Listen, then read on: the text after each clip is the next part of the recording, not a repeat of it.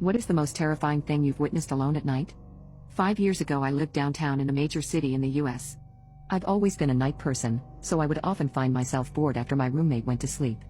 To pass the time, I used to go for long walks and spend the time thinking. I spent 4 years like that, walking alone at night, and never once had a reason to feel afraid.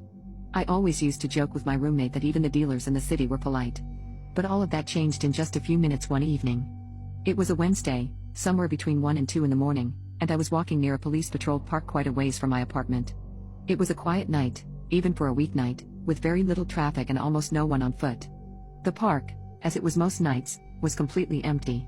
I turned down a short side street in order to loop back to my apartment when I first noticed him. At the far end of the street, on my side, was the silhouette of a man dancing. It was a strange dance, similar to a waltz, but he finished each box with an odd forward stride. I guess you could say he was dance walking, headed straight for me.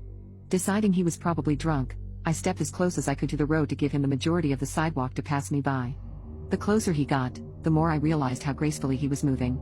He was very tall and lanky, and wearing an old suit. He danced closer still, until I could make out his face. His eyes were open wide and wild, head tilted back slightly, looking off at the sky. His mouth was formed in a painfully wide cartoon of a smile.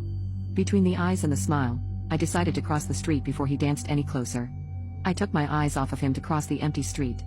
As I reached the other side, I glanced back. And then stopped dead in my tracks. He had stopped dancing and was standing with one foot in the street, perfectly parallel to me. He was facing me but still looking skyward. Smile still wide on his lips. I was completely and utterly unnerved by this. I started walking again, but kept my eyes on the man. He didn't move.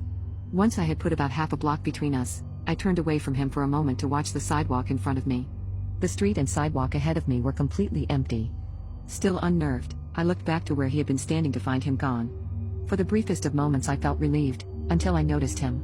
He had crossed the street and was now slightly crouched down. I couldn't tell for sure due to the distance and the shadows, but I was certain he was facing me.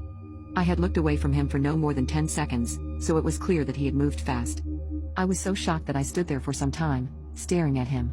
And then he started moving toward me again. He took giant, exaggerated tiptoed steps as if he were a cartoon character sneaking up on someone. Except he was moving very, very quickly. I just stood there, completely frozen as the smiling man crept toward me. And then he stopped again, about a car length away from me. Still smiling his smile, still looking to the sky. When I finally found my voice, I blurted out the first thing that came to mind. What I meant to ask was, "What the F do you want?" In an angry, commanding tone. What came out was a whimper. Regardless of whether or not humans can smell fear, they can certainly hear it. I heard it in my own voice, and that only made me more afraid. But he didn't react to it at all. He just stood there, smiling. And then, after what felt like forever, he turned around, very slowly, and started dance walking away. Just like that. Not wanting to turn my back to him again, I just watched him go until he was far enough away to almost be out of sight. And then I realized something. He wasn't moving away anymore, nor was he dancing. I watched in horror as the distant shape of him grew larger and larger. He was coming back my way. And this time he was running. I ran too. I ran until I was off of the side road and back onto a better lit road with sparse traffic. Looking behind me then, he was nowhere to be found. The rest of the way home, I kept glancing over my shoulder, always expecting to see his stupid smile. But he was never there.